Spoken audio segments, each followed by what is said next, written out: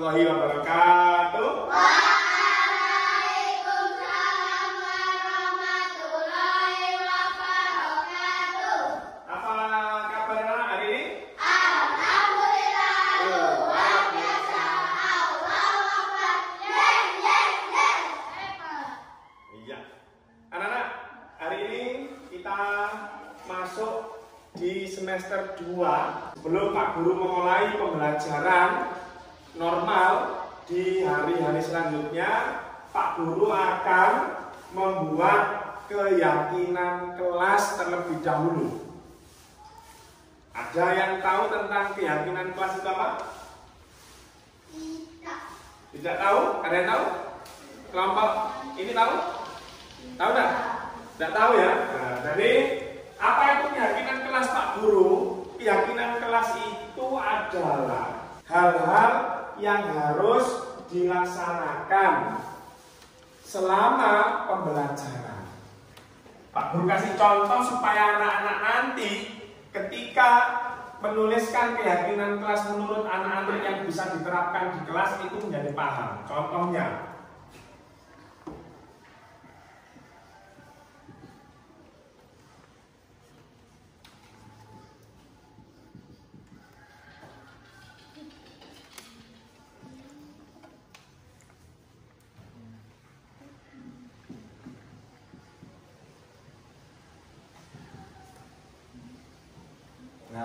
tertib mengerjakan tugas itu salah satu contohnya. Jadi anak-anak secara mandiri memikirkan kira-kira supaya kelas kita, kelas 5 ini nanti pembelajaran selama 1 semester itu berjalan dengan baik, dengan tertib, dengan lancar. Kira-kira keyakinan kelas apa yang bisa kita sepakati bersama? Jelas? Ya, jelas. Nah, Pak Guru akan memberi lembaran ini. Satu anak akan dapat 3, lalu anak-anak menuliskan apa kira-kira yang bisa dijadikan keyakinan kelas. Siap ya? Siap. Oke, kita mulai ya.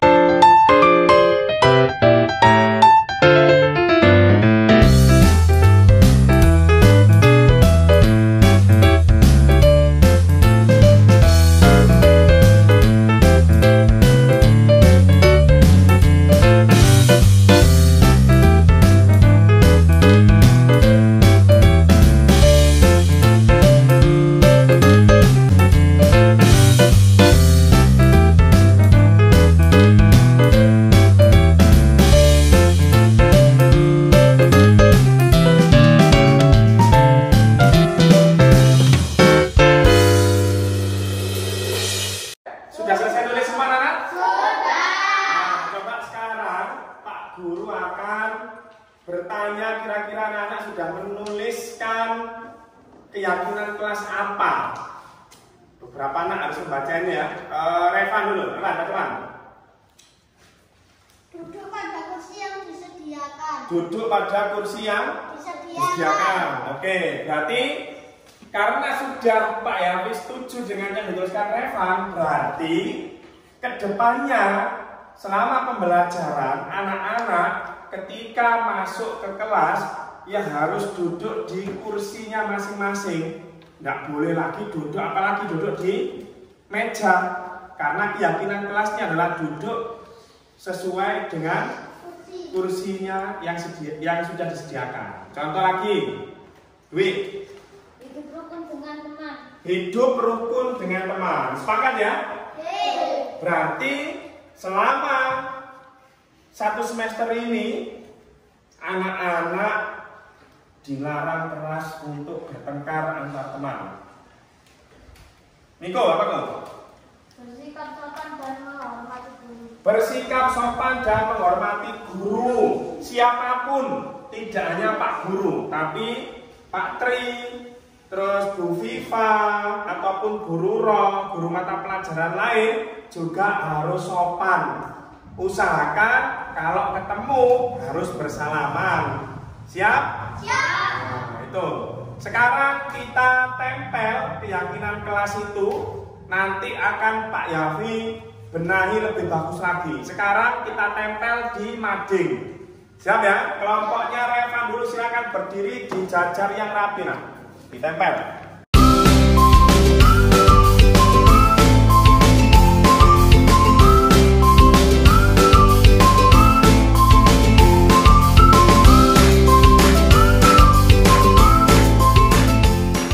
Baik anak-anak, keyakinan kelas sudah kita tempel di mading kita.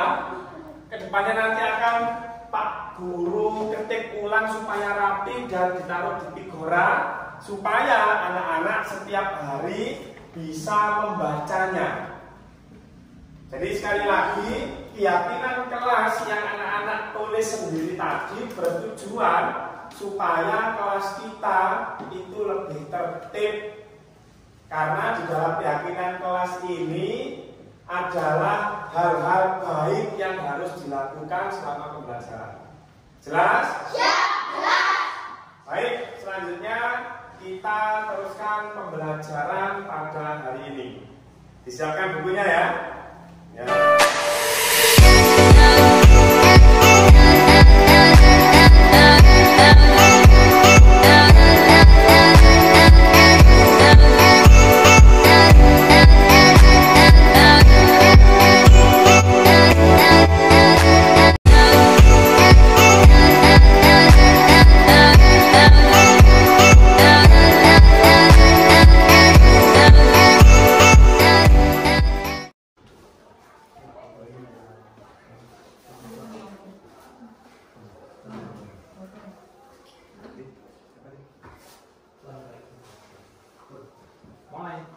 Assalamualaikum warahmatullahi wabarakatuh. Waalaikumsalam warahmatullahi wabarakatuh.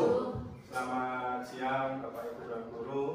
Bu Enti, selaku kepala sekolah mohon izin hari ini saya akan melakukan pembahasan tentang materi CGP Angkatan 7 Modul 1.4 berhubungan dengan budaya positif.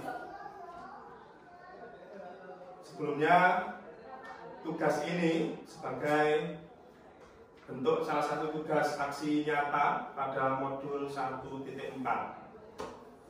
Nanti apabila ketika saya sudah menjelaskan ada yang kurang dipahami, Bapak Ibu Guru bisa langsung tanya. Seumpama saya bisa menjawab, pasti akan saya coba untuk menjawab. Nah, budaya positif pada guru modul 1.4 ini saya terima pada pertemuan akhir bulan sebelum pergantian tahun kemarin, di mana budaya positif yang dimaksud adalah bahwa sekarang pendidikan itu mulai merubah paradigma baru dari paradigma lama, yaitu mengembalikan filosofi pemikiran Bapak Pendidikan Indonesia, yaitu Ki Hajar Dewantara.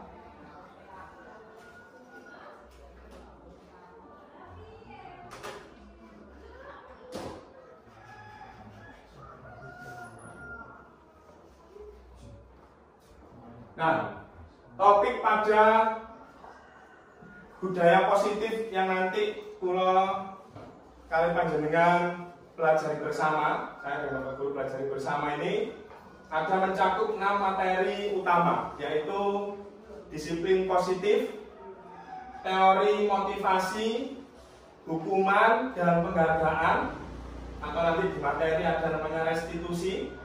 Yang ketiga yaitu tentang keyakinan kelas.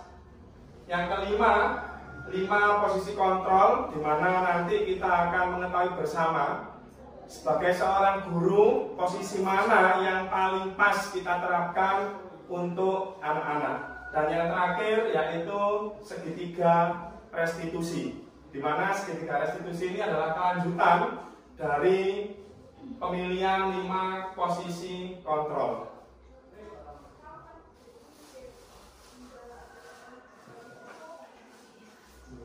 Nah, sebelum materi saya jelaskan, saya ingin tanya kepada Bapak Ibu Guru semua, kira-kira setuju atau tidak? Pertanyaan pertama, itu hukuman dapat mendisiplinkan anak. Kira-kira Bapak Ibu guru setuju atau enggak kalau hukuman itu mampu mendisiplinkan anak? Tidak. Tidak. Oke. Setuju selama hukuman itu tidak mengenai fisik anak atau hukuman yang mendidik. Hukuman yang mendidik ya. Yang kedua, pemberian hukuman. Nah, yang kedua ini pemberian hukuman dengan hal positif seperti membaca, membersihkan halaman sekolah dapat meningkatkan disiplin anak. Setuju atau enggak? Setuju. Oke. Yang ketiga, memberi penghargaan dapat meningkatkan motivasi belajar anak. Setuju ya? Setuju ya? Nah, nanti setelah Bapak Ibu dapat materi yang saya berikan ini akan merubah yang saya maksud tadi, yaitu paradigma berpikir. Ternyata selama ini kita salah mengartikan itu atau kurang tepat. Karena sepanjang yang saya dapat materi dari guru penggerak itu, pemberian hukuman dengan hal positif seperti membaca, membersihkan halaman sekolah dapat meningkatkan disiplin anak. Ternyata selama ini kita keliru. Yang ketiga pun juga sama, memberi penghargaan dapat meningkatkan motivasi belajar anak. Ternyata itu juga ada unsur kekeliruannya. Kenapa? Nah, itu yang kemarin sempat memang ketika saya dapat materi itu, pemberian hukuman positif kan bagus sebenarnya. Tapi ternyata pada banyak literasi atau literatur yang ada, meskipun hukuman itu bersifat positif dalam tanda kutip, tapi ketika tidak ada hubungannya atau korelasinya dengan anak-anak, maka itu akan memberi dampak negatif. Contoh, anak tidak mengerjakan PR, ya, disuruh nyapu. Tidak ada korelasinya antara tidak mengerjakan PR dengan menyapu. Nah, itu ternyata selama ini keliru. Anak tidak mengerjakan PR, disuruh keluar kelas. Kamu nulis ini 50 kali. Ternyata itu selama ini keliru. Pun juga memberi penghargaan. Kenapa kok bisa dikategorikan kurang tepat? Karena anak akan hanya termotivasi ketika saya mengerjakan PR, pasti dapat penghargaan, dapat hadiah. Nah, itu yang mau dihidupkan kembali, bahwa paradigma baru itu harus terbentuk di guru-guru yang mendapat materi ini. Nah, perubahan paradigma inilah kita harus merubah, bahwa ternyata sebelumnya kita merasa kita bisa mengendalikan anak-anak, kita bisa istilahnya menyuruh anak-anak. Ternyata itu semua hanya ilusi. Ilusi bahwa guru itu bisa mengontrol murid, itu hanya ilusi. Sebenarnya tidak bisa. Kenapa? Karena kita tidak bisa mengontrol pikiran orang, tidak bisa. Kalaupun bisa, itu hanya di luar saja. Artinya sebenarnya tidak bisa dikontrol.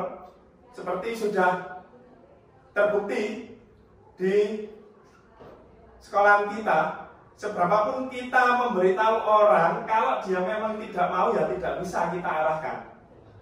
Oke? Ada memang buktinya ada. Nah, itu maksudnya bahwa orang itu tidak bisa mengontrol atas orang lain.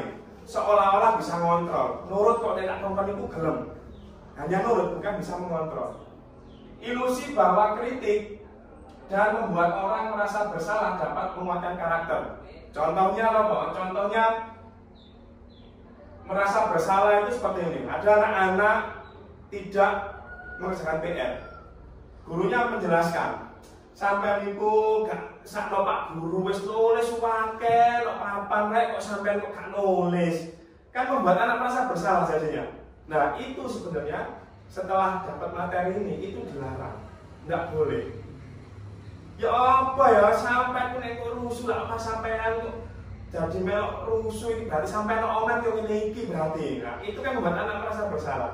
Nah, itu ternyata dilarang. Kita sebagai apa ya istilahnya tonggak terdepan di dunia pendidikan harus berusaha untuk merubah pola pikir mengajar yang lama ke paradigma yang baru. Ilusi bahwa semua penguatan positif efektif dan bermanfaat. Yang terakhir, ilusi bahwa orang dewasa memiliki hak untuk memaksa. Nah, ini dengan anak-anak contohnya. Ayo kamu gini. Ket mau kok medet ae. Lo dhewe anteng ngono gak iso ta? Nggak bisa ta. Nah, itu ternyata dari kata itu menurut banyak literatur itu nanti akan membuat anak merasa terbebani. Padahal di kurikulum merdeka itu anak diusahakan sebebas mungkin untuk belajar dalam artian selama itu positif. Nah, perubahan bagaimana yang nanti diharapkan sebagai seorang pendidik? Siapa yang sebenarnya memiliki kontrol sesungguhnya? Nah, contohnya begini. Kita mencoba mengubah orang agar berpandangan sama dengan kita. Itu kan harapan kita nih.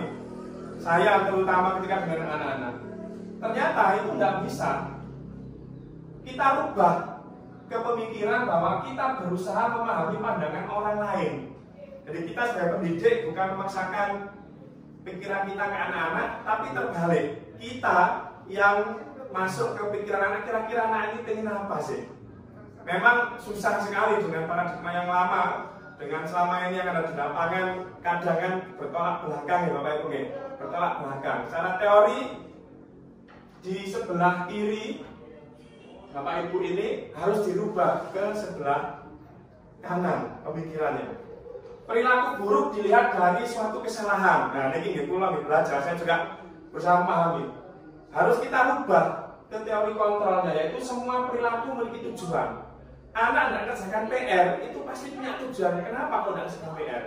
Rekan guru yang sering tidak hadir itu pasti ada tujuannya. Kenapa kok tidak sering hadir? Nah, itu yang digali, terus dicarilah sumber masalahnya. Orang lain bisa mengontrol saya, tidak bisa tadi. Yang benar itu yang harus kita tanamkan adalah hanya individu yang bisa mengontrol individu itu. Jadi saya berkuasa atas diri saya sendiri. Meskipun kadang-kadang merasa ada seorang pemimpin yang ketika memimpin orang lain terpengaruh untuk mengikuti, tapi sebenarnya dia berkuasa atas dirinya sendiri. Tidak bisa dikontrol orang lain. Ini dalam artian supaya mengarah ke positif maksudnya. Pemaksaan ada pada saat bujukan gagal. Di contoh kita menghadapi anak-anak ketika anak-anak tidak bisa diarahkan untuk berbaris, terus ada tambahan kalimat supaya anak nurut. Ayo dulu kamu tak cukup dengan namu, ambil mengambil baris dulu. Saya juga belajar seperti itu. Ternyata itu kurang tepat. Yang betul adalah kolaborasi dan konsensus menciptakan pilihan-pilihan baru. Anak-anak pengen baris atau di kelas sendirian. Nah, ikut kegiatan dengan teman-temannya. Nanti ada kegiatan yang seru loh. Jadi anak-anak ada unsur intrinsik dirinya sendiri supaya mau mengikuti kegiatan bersama. Model berpikir menang kalah. Kadang gitu. Yang maju paling dulu nanti dapat nilai 90 dari Pak Guru. Yang tidak maju malah nanti nilainya 0. Nah, itu ternyata kurang tepat. Yang betul harus berpikir menang-menang. Berusaha untuk anak-anak memotivasi anak supaya mau maju bersama tanpa ada hukuman. Nah, sebelum zaman modern seperti sekarang, ternyata Ki Hajar Dewantara itu sudah memikirkan hal yang luar biasa puluhan tahun yang lalu. Nah, ini yang sangat digembor-gemborkan di kurikulum merdeka dan guru penggerak saat ini. Kita ambil contoh, mengutip ya, kita ambil contoh perbandingan dengan hidup tumbuh-tumbuhan seorang petani. Nah, anak-anak itu diibaratkan seperti padi, Bapak Ibu. Kita petaninya. Dalam hakikatnya sama kewajibannya dengan seorang pendidik. Yang menanam padi misalnya, kita bisa menanam padi supaya padinya bagus, itu tanahnya yang kita olah. Ngerti kan ya? Betul kan ya? Kita pupuk, kita ambil rumput liarnya. Ia dapat memperbaiki kondisi tanah, memelihara tanaman padi, memberi pupuk dan air, membasmi ulat-ulat atau jamur-jamur yang mengganggu. hidup tanaman, padi, dan lain sebagainya. Jadi ketika analoginya itu tanaman padi, kita ini petaninya. Kalau ada padi, salah satu padi yang itu rusak atau ditanam orang, bukan padinya yang dipotong, tapi werengnya yang diambil. Nah, anak-anak itu padinya, bukan werengnya. Jadi kita mengolah supaya padinya itu bagus, tentu kita pupuk, tentu kita rawat tanahnya, kita airi dengan air yang mungkin cukup supaya padinya tumbuh dengan bagus. Nah, ini salah satu kalimat ini yang membuat saya itu merasa sangat bersalah kepada anak-anak selama ini, bahwa ternyata pemikiran saya selama ini itu kurang tepat. Jadi kita memang pendidik yang dituntut untuk selalu memperbaiki diri, bukan gurunya yang meminta pada anak supaya nurut dengan kita, tapi kita yang diwajibkan untuk memperbaiki dirinya sendiri. Jadi kalau salahnya yang salah itu anak-anak, bukan anak-anaknya yang dimarahi, tapi kembali ke kita. Berarti selama mengajar, saya yang ada salah ini. Kira-kira apa ini yang salah ini? Nah, ini sangat terkenal sekali dan saya yakin Bapak Ibu guru hafal dan sudah ada dari dulu 3 semboyan yang diciptakan oleh Ki Hajar Dewantara yang itu menginspirasi pendidikan Indonesia selama ini, bahkan sampai kapanpun selama pendidikan di Indonesia ada, itu pasti akan menggunakan 3 semboyan ini, yaitu Ing Ngarsa Sung Tulodo, Ing Madya Manungkarsa, dan Tutpuri Handayani. Diharapkan dari ketiga itu diterapkan, maka kita pasti selamat dan bahagia. Nah, saya tadi sempat mengatakan motivasi intrinsik. Motivasi intrinsik itu motivasi yang didapat dari dalam diri, sehingga anak-anak ketika melakukan kegiatan itu memang benar tahu itu untuk dirinya sendiri, bukan karena paksaan atau bukan karena ada hukuman kalau tidak melaksanakan. Pendidik perlu fokus menyediakan suasana belajar dan proses pembelajaran yang memungkinkan anak menguatkan dan menumbuh kembangkan motivasi intrinsik anak, di mana anak senantiasa merasa kompeten, saling terhubung, dan otonom.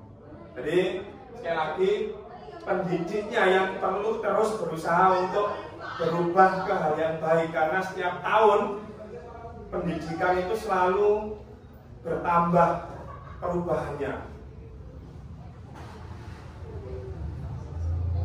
Nah, Bapak Ibu, ada materi yang ketiga, yaitu inquiry apresiatif. Inquiry apresiatif itu adalah filosofi dan landasan berpikir tentang perubahan yang berfokus pada upaya kolaboratif.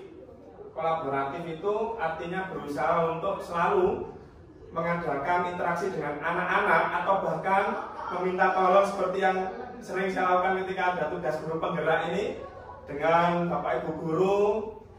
Mungkin yang paling dasar minta tolong ambil foto, minta tolong untuk ambil video. Nah, itu salah satu upaya untuk melakukan kolaboratif, sehingga ketika ada orang lain yang berinteraksi, tentu kita merasa sungkan, seumpama kalau tidak serius. Kalau sendiri di kelas kan merasa itu pasti paling benar, diterangkan ya itu mesti benar.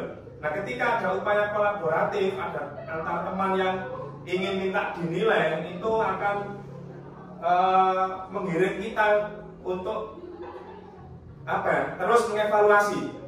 Oh, berarti kurang, kok jadi ini sungkan aku gak temen ini. Oh, karena video ini sungkan aku kalau tidak serius. Nah, itu yang dimaksud. Sehingga upaya kolaboratif itu untuk menemukan hal yang terbaik dari yang paling baik. Nah, disiplin positif atau teori kontrol itu dikemukakan oleh William Glasser, di mana disiplin positif itu adalah semua perilaku memiliki tujuan, seperti yang tertanam pada tabel yang kedua. Ya, semua perilaku memiliki tujuan, baik yang benar maupun yang salah. Yang benar pasti ada tujuan. Yang salah pun ada tujuan. Nah itu kita gali untuk kita perbaiki sebagai seorang pendidik. Di mana semua perilaku tujuan itu ada teori motivasinya, yaitu satu, untuk menghindari hukuman, untuk mendapatkan imbalan, yang ketiga untuk menghargai diri sendiri. Tabel yang ketiga, model berpikir menang-menang. Kolaborasi dan konsensus menciptakan pilihan-pilihan baru. Nah, pada poin ini, Bapak Ibu, ini ada 5 posisi kontrol yang saya yakin saya maupun Bapak Ibu menerapkan dari kelima posisi kontrol ini.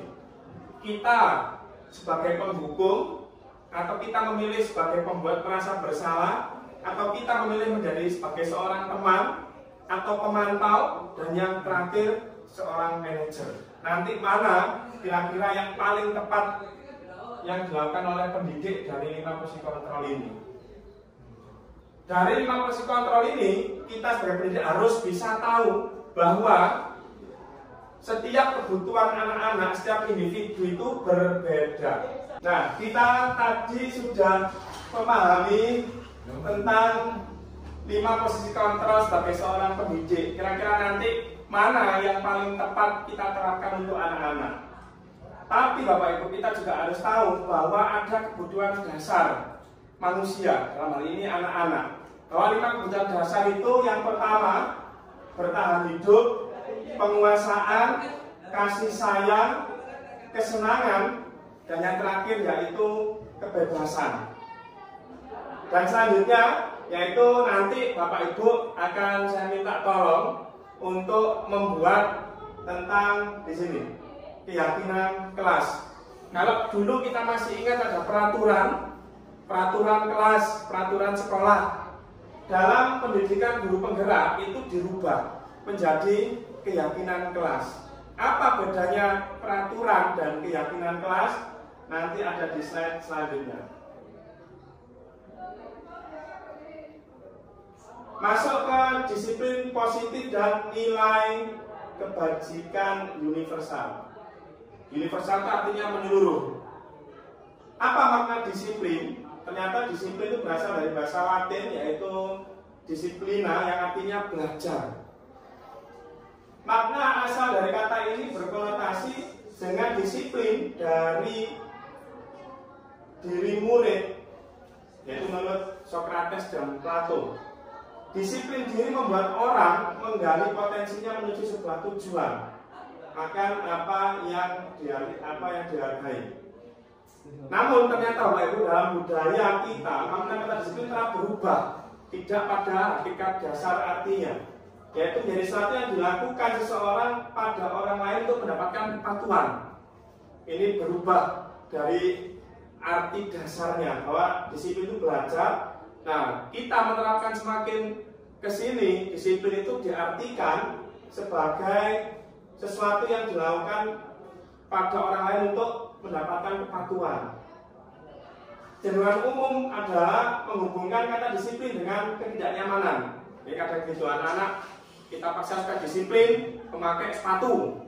Disiplin, sepatunya harus hitam atau kaos kakinya atau dan seterusnya.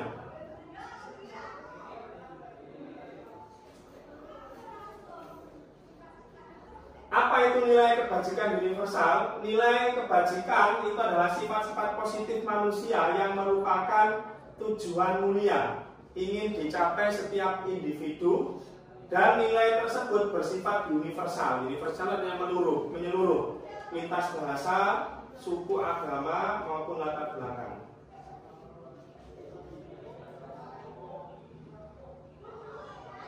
Dengan mengaitkan nilai kebajikan yang diyakini seseorang, maka motivasi instruksinya akan terbangun, sehingga menggerakkan motivasi dari dalam untuk dapat mencapai tujuan mulia yang diinginkan. Jadi, sekali lagi, maksudnya yang tadi untuk anak-anak ketika, ataupun bisa bermanfaat juga untuk sesama rekan sejawat, ketika kita menumbuhkan sikap disiplin yang baik, itu anak-anak akan termotivasi atas dirinya sendiri, bukan karena takut dihukum, tapi karena memang disiplin itu sebuah kebutuhan. Contoh pakai helm, kadang pakai helm karena takut ada polisi. Kalau keluar rumah ke desa tetangga nggak usah pakai helm karena nggak mau ada polisi. Nah itu berarti masih terdapat di pikiran kita belum masuk motivasi intrinsiknya. Padahal dengan helm kecelakaan bisa terjadi dimanapun. Baru keluar rumah ada yang tertabrak. Nah itu kalau sudah masuk ke dalam pikirannya maka takut akan polisi akan hilang. Jadi kemanapun pakai sepeda motor maka otomatis akan pakai helm. Nah itu maksudnya motivasi intrinsik, bukan karena orang lain, tapi karena dari dirinya sendiri. Nah ini nilai kebajikan yang dicapai di Indonesia itu diakumulasi ke dalam satu kalimat, yaitu profil pelajar Pancasila. Yang ini sudah mencakup berbagai elemen yang diharapkan itu mampu tertanam pada peserta didik. Ini juga bagi seorang pendidik ini harus paham betul bahwa paradigma sekarang itu berubah ke profil pelajar Pancasila, yaitu satu, beriman, bertakwa pada Tuhan Yang Maha Esa dan berakhlak mulia. Yang kedua, mandiri, bernalar kritis, berkebinekaan tunggal, bergotong royong dan kreatif. Inilah yang sekarang digembor-gemborkan Kemendikbudristek itu, supaya pendidik semua itu paham bahwa sekarang itu ada yang namanya profil pelajar Pancasila dan harus disebarkan ke seluruh peserta didik.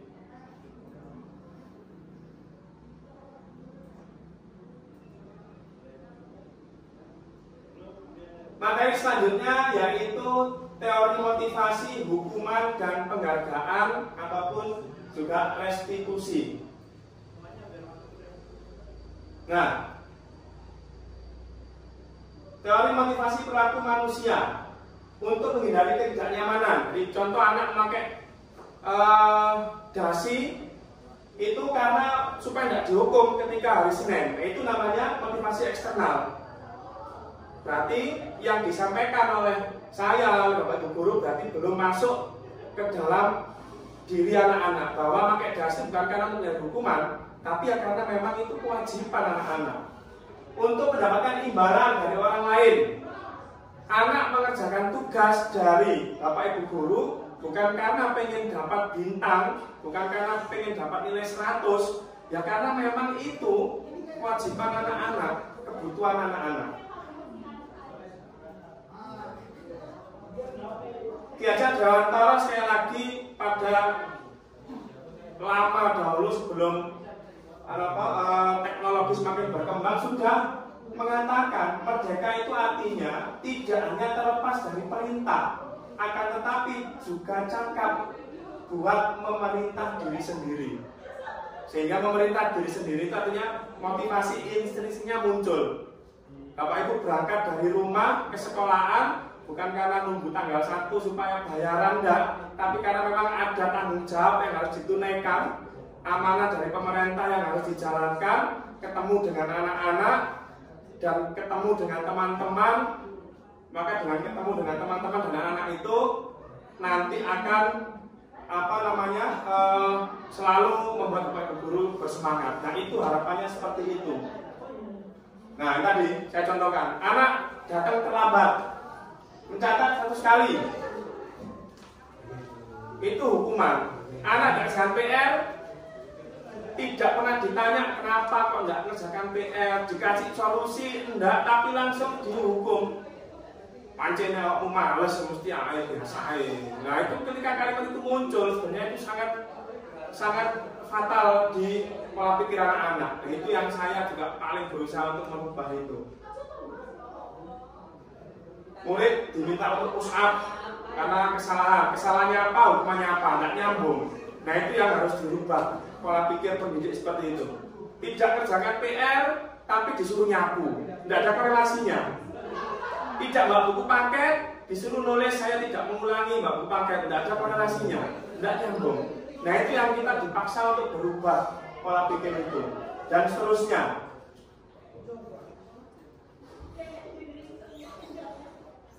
Nah ini hukuman seperti tadi itu mampu merubah anak, baik pengaruh jangka pendek maupun jangka panjang. Kalau jangka pendeknya, ya anak selalu ketika disuruh dipalingin apa sih Pak Guru? Sering kita dengar gitu kan ya? Dikasih apa sih Pak Guru? Nah, ternyata itu nanti jangka panjangnya ketika di dunia pekerjaan, anak-anak akan hitung-hitungan. Aku kerja lagi, tapi wali piro, nah kan hitung-hitungan seperti itu. Penghargaan juga ternyata salah, merusak hubungan tadi jangka panjangnya. Kita anak pintar dikasih jajan, anak pintar selalu boleh memang kita unggulkan di kelas, tapi diharapkan tidak terlalu sering, karena anak akan motivasinya bukan instrik tadi, tapi aku jadi jodoh ngarep area Pak Guru itu guru. Nah itu ternyata kurang tepat untuk anak-anak. Nah ini perbedaan hukuman dan konsekuensi. Kita sering mengatakan dihukum. Nah itu harusnya setelah ini kita berusaha untuk merubah kalimat-kalimat yang sempat salah itu kita tata kembali. Nah, hukuman itu sesuatu yang menyakitkan dan harus terjadi.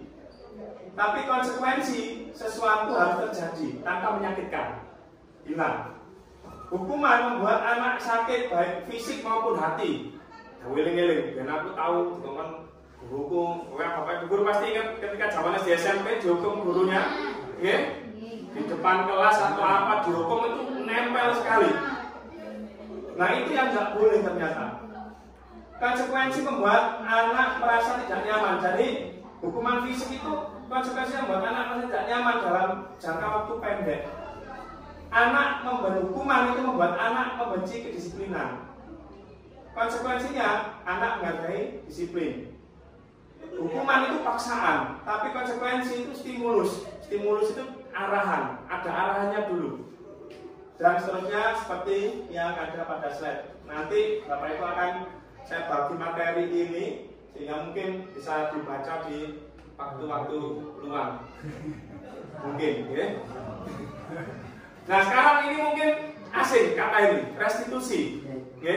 Belum pernah dengar, tapi di pendidikan sekarang itu sangat digembor-gemborkan, terutama di guru penggerak. Restitusi. Restitusi adalah proses menciptakan kondisi bagi murid untuk memperbaiki kesalahan mereka sehingga mereka dapat kembali pada kelompok mereka dengan karakter yang lebih kuat. Maksudnya seperti apa? Restitusi juga merupakan proses kolaboratif yang mengajarkan murid untuk mencari solusi untuk masalah mereka dan membantu murid berpikir tenang. Mereka ingin menjadi orang seperti apa, tujuan dalam kurung tujuan mulia, ya? Dan mereka harus bagaimana dalam memperlakukan orang lain. Contoh, ada anak yang pada hari Senin sepatunya putih. Pendidik zaman dahulu tentu langsung marah-marah. Ya, saya sini kamu. Hari apa ini? Senin kok pakai sepatu ada warna putihnya? Ayo pulang atau tidak boleh masuk kelas sampai istirahat. Nah itu ternyata salah. Seharusnya bagaimana? Seharusnya adalah kita tanya dulu, kenapa kok bisa seperti itu? Apakah pakai sepatu putih itu sesuai dengan keyakinan kelas? Anak berusaha untuk menjawab sendiri. Tidak Pak Guru. Nah berarti harus bagaimana supaya kamu hari ini bisa sama dengan teman-temannya. Mereka disuruh cari solusi sendiri. Saya telepon orang tua Pak Guru untuk bawa sepatu. Nah itu yang betul. Bukan anak dihukum tanpa tanya. Siapa tahu memang tadi ternyata sepatu hitamnya itu belum kering. Kita harus keburu marah-marah. Nah itu yang akan nancep ke anak-anak bahwa guru ini sebenarnya murid-murid. Guru ini mesti bagian hukumi.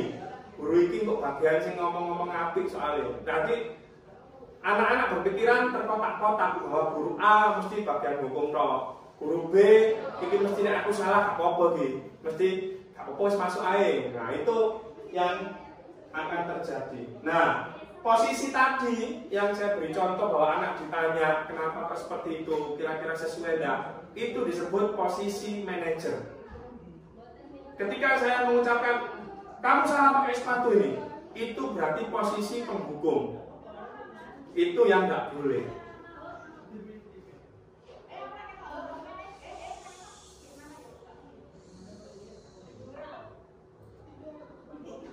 Nah, ciri-ciri sebelum kita melaksanakan restitusi Bapak Ibu, jadi kita itu, paradigma kita sekarang dirubah. Ketika anak melakukan kesalahan, tidak langsung dihukumi bahwa itu salah, tapi kita memberi stimulus kepada anak-anak. Kira-kira kenapa kok seperti itu? Terus dikembalikan lagi anak, punya solusi tidak supaya kamu tidak seperti ini. Anak ganggu temannya, pelajaran kakinya nendang teman depannya, atau kursinya digoyang-goyang. Mungkin sering seperti itu, digoyang-goyang supaya mengganggu tujuannya. Nah, setelah pelajaran selesai, anak dipanggil sendiri, diarahkan. Kira-kira kenapa kok melakukan seperti itu? Ada nggak kira-kira supaya dialihkan ke hal lain supaya tidak mengganggu temannya? Anak disuruh untuk menemukan solusinya sendiri. Nah, itu nanti akan membuat anak itu merasa dia itu lebih diterima di kelasnya. Nah, membagi hukuman ditawarkan tadi. Restitusi menuntun untuk melihat ke dalam diri. Benar enggak yang kamu lakukan dengan membangun temanmu? Benar Pak Guru, kalau seneng, saya seneng. Iya, kamu seneng, tapi temanmu menjadi terganggu. Nah, itu tidak boleh. Jadi anak diarahkan untuk melihat ke dalam dirinya sendiri, mencari kebutuhan dasar yang mendasari tindakan. Kenapa kok kamu seperti itu? Ada enggak hal lain ya? Kira-kira tidak usah bayangkan bahu temannya. Kira-kira apa yuk? Kalau tidak menemukan, dipancing dengan gurunya. Dipancing dan menemukan. Restitusi diri adalah cara yang paling baik. Jadi sementara ini paling baik dari cara yang sebelumnya. Berfokus pada karakter anak, bukan tindakan. Berfokus pada solusi yang disampaikan atau diusulkan anaknya sendiri. Tidak pakai sepatu putih, yang punya solusi anaknya sendiri, bukan gurunya yang menghukum. Mengganggu temannya, anaknya sendiri yang ditanya, bukan kita yang memaksa anak untuk melakukan kehendak kita, meskipun sebenarnya benar, tapi ternyata kurang tepat.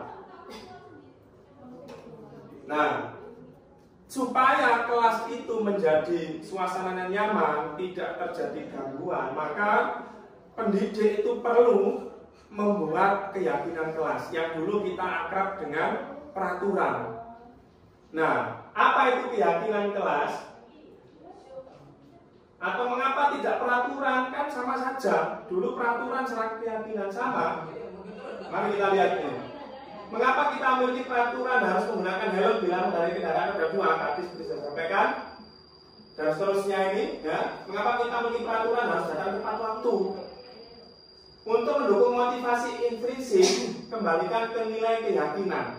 Jadi anak itu yakin bahwa dengan datang tepat waktu itu akan bermanfaat untuk dirinya sendiri, bukan karena takut mengkonek kari soalnya dihukum. Jawabannya bukan seperti itu lagi. Jadi datang tepat waktu itu karena kebutuhan, bukan karena soalnya kalau telat takut dihukum. Nah, itu supaya beralih pikiran anak-anak dengan adanya keyakinan kelas. Nah, kesepakatan kelas, datang tepat waktu, mengucapkan salam, menjaga kebersihan sekolah, berdoa sebelum dan kegiatan, dan seterusnya. Tentu ini kita banyak cari literatur di Google, Bapak Ibu, supaya nanti ke depannya, minim 2 minggu ke depan, sudah ada kata keyakinan setiap kelas. Anak-anak dipancing, tapi dengan Bapak Ibu punya dulu sendiri keyakinan-keyakinan kelas macam-macam. Peraturan dulu, selalu kembalikan buku ke tempatnya peraturannya. Keyakinan kelasnya dirubah, bertanggung jawab. Dilarang mengganggu orang lain, ada kata peraturan dilarang mengganggu orang lain. Nah itu pelan-pelan dirubah menjadi menghormati orang lain dan diri sendiri. Hadir di sekolah 15 menit sebelum pembelajaran dimulai. Kita ubah menjadi keyakinan kelasnya menghormati orang lain, komitmen supaya datangnya tepat waktu dan seterusnya. Nah, budaya positif itu Bapak Ibu kalau dibuat sebuah diagram itu berada di posisi paling besar. Ya. Budaya positif itu harus ada di lingkungan positif. Lingkungan positif bisa terbentuk karena ada keyakinan kelas atau keyakinan sekolah. Oke, keyakinan sekolah itu berarti sesama antar rekan sejawat. Keyakinan sekolah itu berawal dari peraturan sekolah. Nah, pendalaman keyakinan atau keyakinan kelas itu dapat terbentuk ketika Bapak Guru memahami tabel T dan tabel Y. Di mana tabel Y ini yang menginspirasi dari bentuknya Y. Kalau yang ini bentuknya T, maka namanya tabel T dan tabel Y. Semua ini kita praktekkan betul, maka kelas saya, kelas panjenengan itu akan bisa berjalan dengan baik dan penuh inovasi dari anak-anak. Di sini ada kata kunci itu hormat. Apa yang dimaksud hormat? Kami meyakini bahwa sangat penting untuk menghormati semua orang dan barang milik orang lain. Contoh, kita membuat keyakinan bahwa harus masuk kelas tepat waktu, maka kita juga harus sama. Kita membuat keyakinan tapi kita datangnya terlambat. Masuk ke kelas A sudah siap, kita belum siap. Nah, itu sama-sama menghargainya. Bahwa di sini tidak ditunjuk pendidik ataupun siswa tapi sama. Supaya anak mau melakukan keyakinan kelas, ya kita harus sama melakukan keyakinan kelas itu. Bekerja, kami meyakini bahwa sangat penting untuk mengerjakan segala pekerjaan yang telah ditugaskan. Jadi seorang guru dapat tugas dari Bu Henti kepala sekolah dikerjakan, atau anak-anak ketika dapat tugas bagaimana supaya mereka nurut kita, maka ya kita harus membuat mereka merasa nyaman. Diterima dan memiliki, kami meyakini bahwa sangat penting untuk merasa diterima pada suatu kelompok dan saling peduli satu dengan yang lain. Nah, itu Bapak Ibu 3 materi pertama yang sudah saya sampaikan. Mungkin sebelum saya lanjut ada pertanyaan. Mungkin sekitar 10 menit lagi mungkin. 10 menit lagi. Mungkin sebelum saya lanjut mungkin ada pertanyaan dari Bapak Ibu. Terserah, tidak harus berhubungan dengan murid atau dengan tugas. Nanti kalau tidak bisa kita pecahkan bersama. Atau dilanjut dulu? Dilanjut dulu Pak ya. Kebutuhan dasar manusia, bahwa Bapak Ibu meskipun mereka masih anak-anak itu juga memiliki kebutuhan dasar yang harus kita jaga dan berkualitas. Kita dilarang untuk melanggar kebutuhan dasar anak-anak. Apa itu? Yaitu kasih sayang dan rasa diterima. Kita harus menganggap semua anak itu sama, perlu kita lindungi, perlu kita beri kasih sayang meskipun ada anak yang kita anggap mereka itu nakal, sehingga memperbolehkan kita gak ngereken hari itu. Kalau percuma itu nakal, gak ngomong, gak iso, gak usah ngereken. Jadi kita datangi anak yang dianggap kita pinter saja, didudukkan terus. Harusnya gak iso, gak tahu diparani, gak pernah didatangi. Karena sudah tahu gak bisa, itu gak boleh. Ada kekuasaan atau penguasaan. Anak itu mesti punya pikiran bahwa mereka itu juga pengen merasa menguasai kelas. Makanya kadang-kadang anak itu yang merasa menjadi yang super power di antara teman-temannya. Itu ketuaan ini Pak, kalau semuanya. Nah, karena mereka punya rasa itu, punya rasa saya harus menguasai. Kebebasan. Selain penguasaan, anak itu juga butuh kebebasan. Makanya kadang kalau pelajaran sudah mendekati pukul 9 itu mesti istirahat Pak Guru.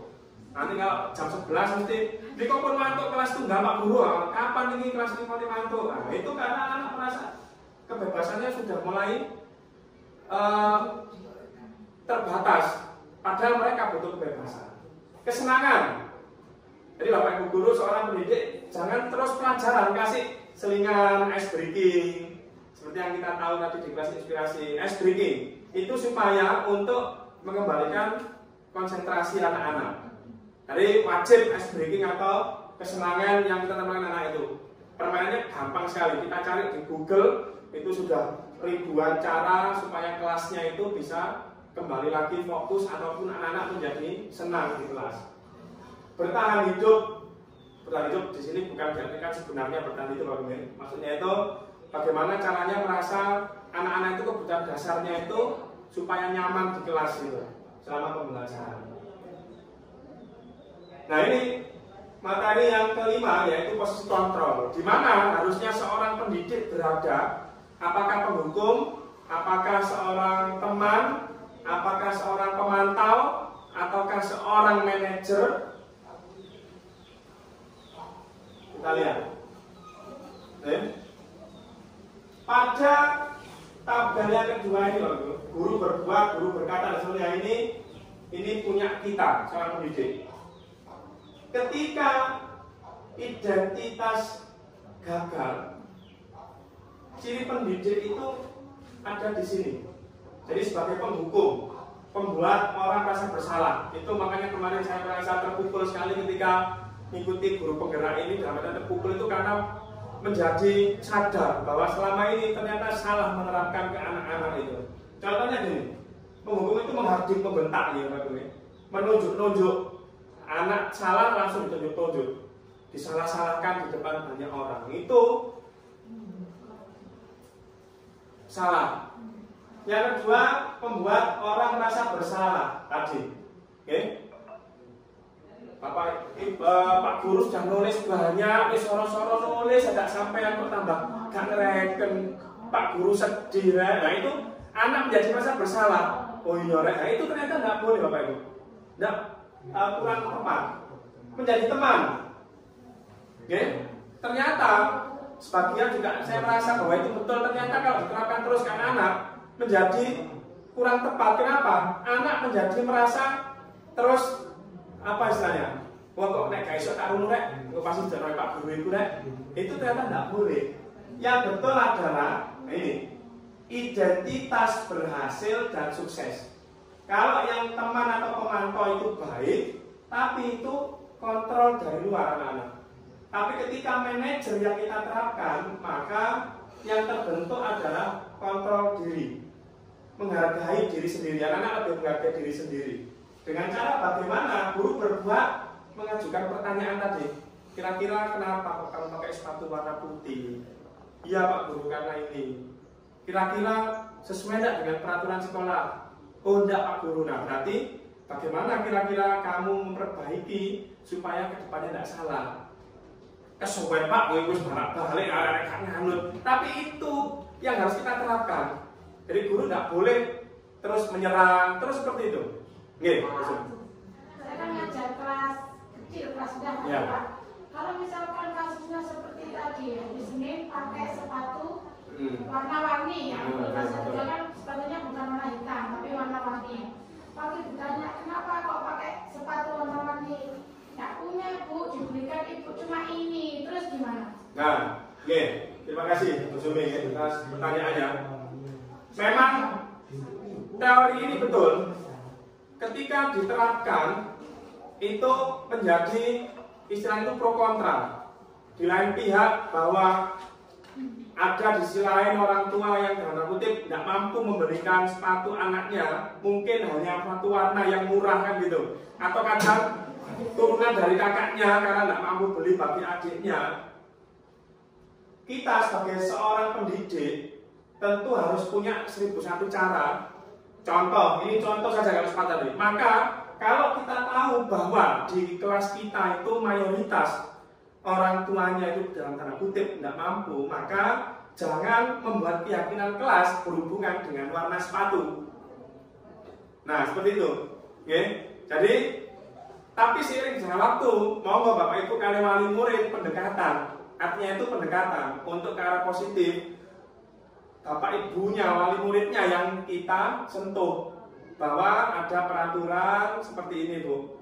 Kita samakan dengan peraturan di kebanyakan sekolah bahwa nanti supaya ketika di SMP anaknya tidak kaget bahwa tahu bahwa sepatu aturan itu sesuai dengan aturan umum pakai hitam. Sehingga ketika sudah melaksanakan ke orang tua selang beberapa saat kita lihat anak-anak jangan tidak pernah buat peraturan pakai sepatu hitam, anak pakai sepatu putih dimarahi. Nah kan keliru. Nanti orang protes, gurunya gak tahu nggak sepakatan sepatu hitam kok ya gak salah itu, kok sepatu warna dibalik. Jadi kita sentuh orang tuanya dulu, baru selang beberapa waktu diterapkan tidak sih hari-hari. Nah kita baru ke anak-anak. Nah itu maksudnya seperti itu ya. Kemarin nggak sempat perdebatan, terutama di SD Jati Taman Kerja ini. Saya bilang ke dosen saya bahwa dari mana sih peraturan sepatu warna hitam itu Pak? Itu kalau diterapkan di sekolah saya tentu tidak jalan. Karena kadang, mohon maaf, kadang anak itu pakai sepatu ayahnya yang ke sawah seumpama. Kalau saya terapkan, ya tidak sekolah anak-anak. Nah, bingung dosennya, maksudnya bingung menjawabnya dari mana peraturan itu. Maka diambil tadi, peraturan umum yang ada itu diterapkan ke orang tua dulu, jangan langsung ke anak-anak. Kalau kita tidak pernah pakai peraturan sepatu warna hitam, kita hukum anak-anak karena pakai sepatu putih, ya tentu kita yang salah. Nah, dan seterusnya. Nah, bergerak. Jadi kita bergerak ke posisi kontrol manajer dan terus memperbaikinya. Diambil dari nilai-nilai profil pelajar Pancasila tadi. Nah, arah dari pendidikan sekarang itu harus seperti itu. Harus artinya, ya harus dilaksanakan wajib. Tidak ada tawar-menawar lagi. Kita belajar sambil melaksanakan. Pasti banyak salahnya, Bapak Ibu. Pasti karena kita sambil belajar. Tidak pernah kita sekolah pre-isa ulang, kita belajar materi kurikulum merdeka dulu, cek kok mantap diterapkan anak. Tidak pernah. Jadi kita belajar sambil menerapkan, tentu ada 1-2 lubang, tapi itu terus kita berusaha memperbaikinya. Dengan cara apa? Tentu dengan mengikuti seminar, dengan mengikuti kegiatan seperti guru penggerak ini, ikut aktif di KKG. Nah, itu nanti yang akan merubah pola pikir lama ke pola pikir baru. Nah, ini contoh tadi, membuat orang merasa bersalah tadi. Saya kecewa sekali dengan kamu karena peraturan sudah dibuat, kamu seenaknya saja melanggar itu membuat anak merasa bersalah. Itu tidak boleh. Atau ayo lakukan demi Pak Guru, ini malu satu hati, kok kriyan ini masuk gak direken. Nah, itu tidak boleh. Ternyata tidak boleh. Itu keliru. Nah, atau tadi, apakah kamu mau dapatkan stiker? Kalau mau, ayo digarap, ayo. Nah, itu ternyata salah. Itu kan gampang sekali kita ucap, bahkan saya sendiri juga sering itu. Maju oleh jajan. Nah, itu ternyata keliru, tidak boleh sesering itu kita sampaikan ke anak-anak. Nah, kalau sebagai seorang manajer, bagaimana kamu bisa menyelesaikan masalah ini? Anak-anak yang ditanya, mereka yang punya masalah, anak-anak dipancing untuk menyelesaikan solusi. Itu mungkin juga bisa berlaku untuk rekan sejawat kita. Jadi ditanyakan, nopo sih kok ngeten? Kenapa seperti ini? Nopo dan seterusnya. Mungkin mawar punya lebih triknya sendiri. Nah, terakhir segitiga restitusi. Ketika contoh anak melakukan kesalahan, tentu kita pendidik berusaha untuk memperbaikinya. Bagaimana cara memperbaikinya? Dengan cara namanya segitiga restitusi, Bapak Ibu. Jadi di dunia pendidikan, di modul ajar guru penggerak itu ada cara memperbaiki anak yang melakukan kesalahan dengan namanya segitiga restitusi. Napa niku, apa itu segitiga restitusi? Tadi sudah dikatakan, restitusi adalah proses menciptakan kondisi bagi murid ini bisa diganti dengan rekan sejawat untuk memperbaiki kesalahan mereka, sehingga mereka dapat kembali pada kelompok mereka dengan karakter yang kuat. Mungkin kemarin karena kesalahannya numpuk-numpuk, ketika ketemu dengan teman malah bingung untuk bersosialisasi, malah tambah numpuk kesalahannya. Terus tidak mau ketemu yang kemarin, hari ini mau ke sekolah, mungkin aku tak kondisi minimal, tak berguna. Terus seperti itu malah numpuk, malah tidak pernah ketemu solusinya. Nah, bagaimana caranya? Segitiga restitusi, ya, namanya segitiga tentu bentuknya segitiga, ya. Segitiga restitusi itu diawali dengan apa? Menstabilkan identitas. Jadi tidak langsung menghukum, tapi menstabilkan dulu supaya anak ini mau bercerita intinya. Dengan cara bagaimana? Seumpama tadi ada anak terlambat sekolah, sepatunya tidak sesuai aturan, tidak mengerjakan PR, maka dipancing. Pak Guru dulu juga pernah tambah lu teman-teman sampean. Sepatu hilang sisih. Nah, terus ditanya, jadi anak merasa, oh iya, nyaman diajak cerita. Ditanya, kamu bukan satu-satunya yang melakukan kesalahan ini. Dulu Pak Guru juga pernah karena PR. udah kok sampean ngene Kak pernah nggak PR. Nah itu dipancing seperti itu anak, dipancing. Itu namanya menstabilkan identitas. Setelah terlihat stabil, guru atau pendidik itu menerapkan yang kedua, validasi kebutuhan.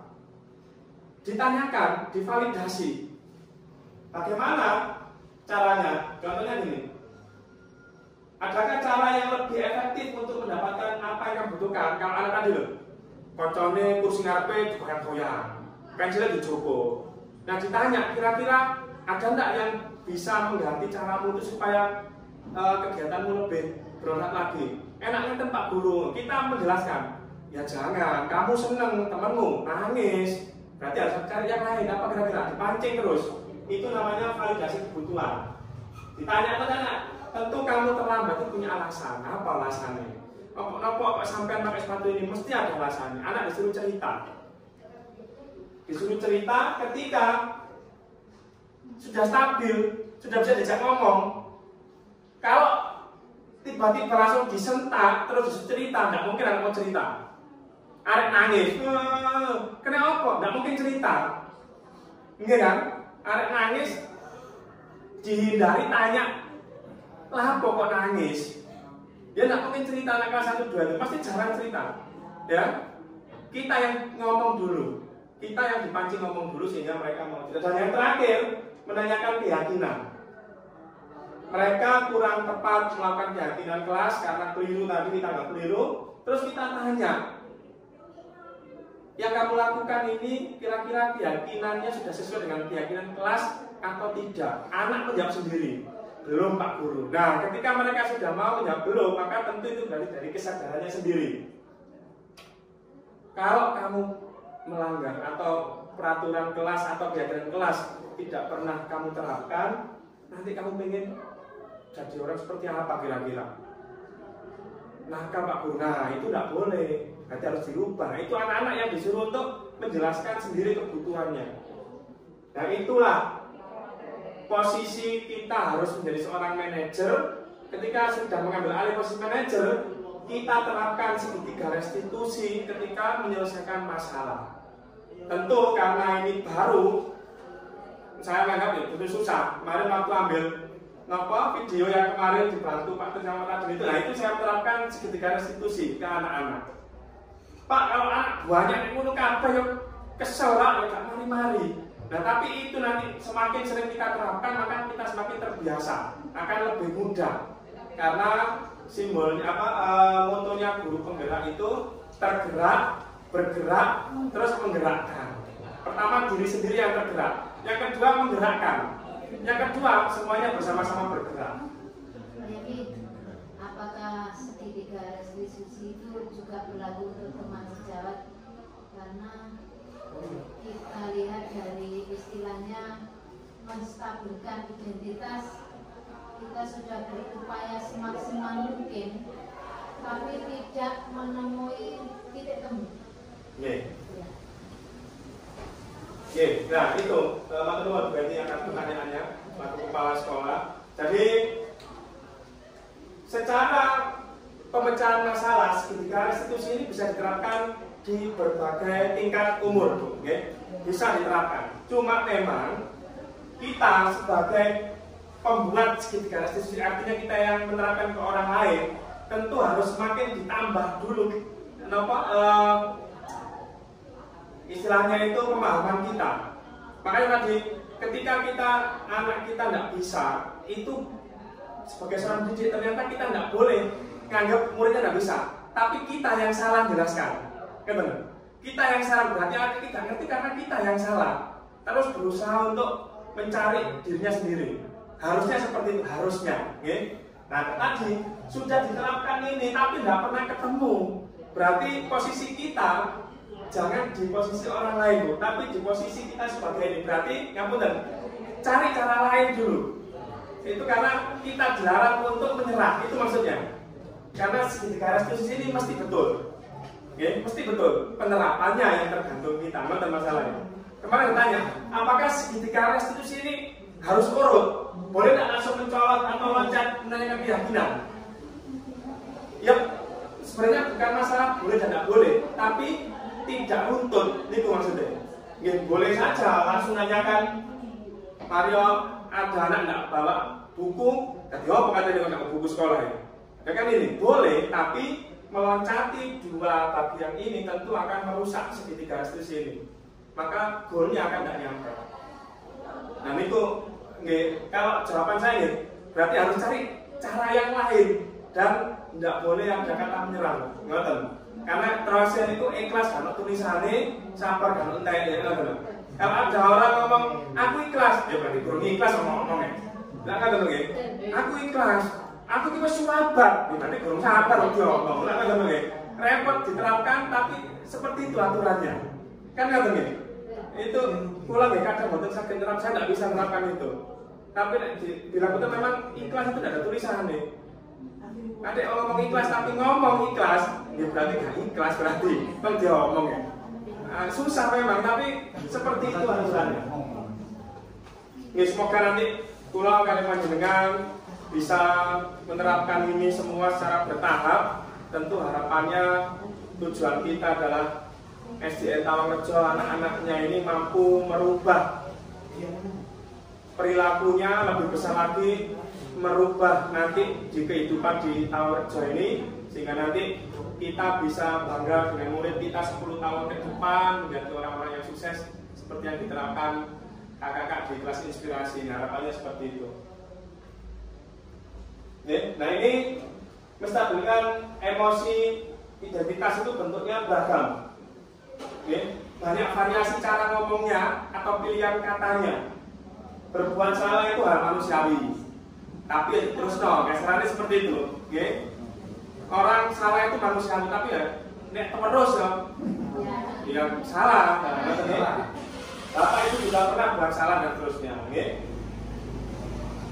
Nah, dan seterusnya validasi kebutuhan Bapak Ibu. Menyatakan keyakinan tadi juga sama di segitiga resus terakhir dan seterusnya. Nah, Bapak Ibu, terakhir ini refleksi untuk saya dan Bapak Ibu, pulang kali panjenengan semua, bahwa saya sekali lagi sesuai dengan arahan saya, materi ini tidak akan bisa merubah, mempengaruhi kontrol Bapak Ibu. Karena yang berhak merubah adalah Bapak Ibu sendiri, bukan karena PPT yang saya berikan tadi. Hal baru apa yang mengubah paradigma saya yang saya dapatkan, itu tentu Bapak Ibu sendiri bisa jawab. Materi ini saya dapat lebih kurang 2 minggu, jadi tidak mungkin saya persingkat menjadi 1 jam itu Bapak Ibu jadi sangat paham, itu sangat mustahil kalau tidak dibarengi dari unsur intrinsik Bapak Ibu untuk benar-benar pengen bergeser ke paradigma yang baru. Tentu, saya mengucapkan terima kasih atas waktu yang telah diberikan kepada saya, terutama Kepala Sekolah Bu Henti.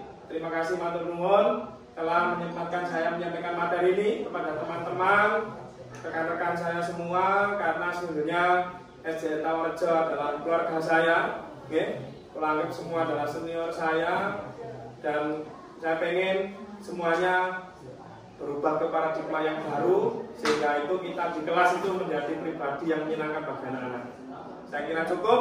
Mungkin saya butuh mungkin 1 pertanyaan, mungkin saya buka 1 pertanyaan sebelum saya tutup. Oke.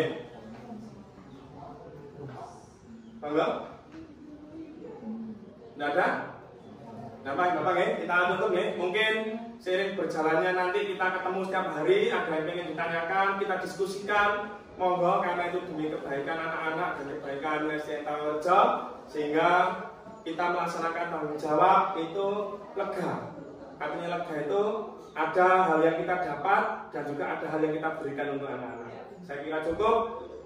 Terima kasih. Tentu terakhir saya menyarankan kepada rekan-rekan semua, silakan bergabung di guru penggerak sesi-sesi selanjutnya, karena dengan mengikuti pengembangan diri tentu pengetahuan kita juga akan bertambah.